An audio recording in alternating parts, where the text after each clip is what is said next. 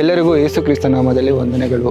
ಸತ್ಯವೇದದಲ್ಲಿ ಪೌಲನು ಕೊಲೊಸ್ಸೆಯವರಿಗೆ ಬರೆದ ಪತ್ರಿಕೆ 3ನೇ ಅಧ್ಯಾಯ 1-2 ವಚನಗಳು ಹೀಗೆ ಹೇಳುತ್ತದೆ: ಆದ ಕಾರಣ ನೀವು ಕ್ರಿಸ್ತನೊಂದಿಗೆ ಎಬ್ಬಿಸಲ್ಪಟ್ಟಿರುವುದರಿಂದ ಮೇಲಿರುವವುಗಳನ್ನು ಹುಡುಕಿರಿ, ಅಲ್ಲಿ ಕ್ರಿಸ್ತನು ದೇವರ ಬಲಗಡೆಯಲ್ಲಿ ಆಸನಾರೂಢನಾಗಿದ್ದಾನೆ. ಮೇಲಿರುವಂತವುಗಳ ಮೇಲೆ ಮನಸ್ಸಿಡಿರಿ, ಭೂ ಸಂಬಂಧವಾದವುಗಳ ಮೇಲೆ ಇಡಬೇಡಿರಿ. ಕ್ರೈಸ್ತರಾದಂಥ ನಾವು ಮೇಲಿರುವ ದೇವನನ್ನೇ ನೋಡಬೇಕು ಹೊರತು ಕೆಳಗಿರುವ ಲೋಕವನ್ನು ನೋಡಬಾರದು. ಯಾಕಂದರೆ ಲೋಕವು ನಮ್ಮನ್ನು ದೇವರಿಂದ ದೂರ ಮಾಡುತ್ತದೆ.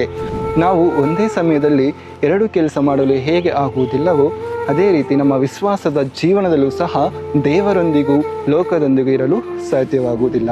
ಯಾಕಂದರೆ ದೇವರನ್ನು ನೋಡಿದರೆ ಲೋಕವನ್ನು ನೋಡಲು ಆಗುವುದಿಲ್ಲ, ಲೋಕವನ್ನು ನೋಡಿದರೆ ದೇವರನ್ನು ನೋಡಲು ಆಗುವುದಿಲ್ಲ.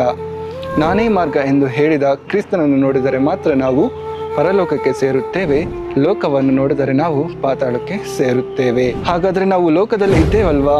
ಹೌದು, ನಾವು ಲೋಕದಲ್ಲಿ ಇದ್ದೇವೆ. ಆದರೆ ನಾವು ಲೋಕದ ಪಾಲಿಗೆ ಸತ್ತು ಕ್ರಿಸ್ತನೊಂದಿಗೆ ತಿರುಗಿ ಎದ್ದಿರುವುದರಿಂದ ನಾವು ಕ್ರಿಸ್ತನನ್ನೇ ನೋಡಬೇಕೆ ಹೊರತು ಲೋಕವನ್ನು ನೋಡಬಾರದು. ನಾವು ಇನ್ನೂ ಈ ಲೋಕವನ್ನು ನೋಡುತ್ತಿದ್ದೇವೆ ಅಂದರೆ ನಾವು ಲೋಕದ ಪಾಲಿಗೆ ಸತ್ತಿಲ್ಲ ಎಂದು ಅರ್ಥ. ಒಮ್ಮೆಯಾದರೆ ನಮ್ಮ ವಿಶ್ವಾಸವನ್ನು ಪರೀಕ್ಷಿಸಿಕೊಳ್ಳೋಣ. ಧನ್ಯವಾದಗಳು.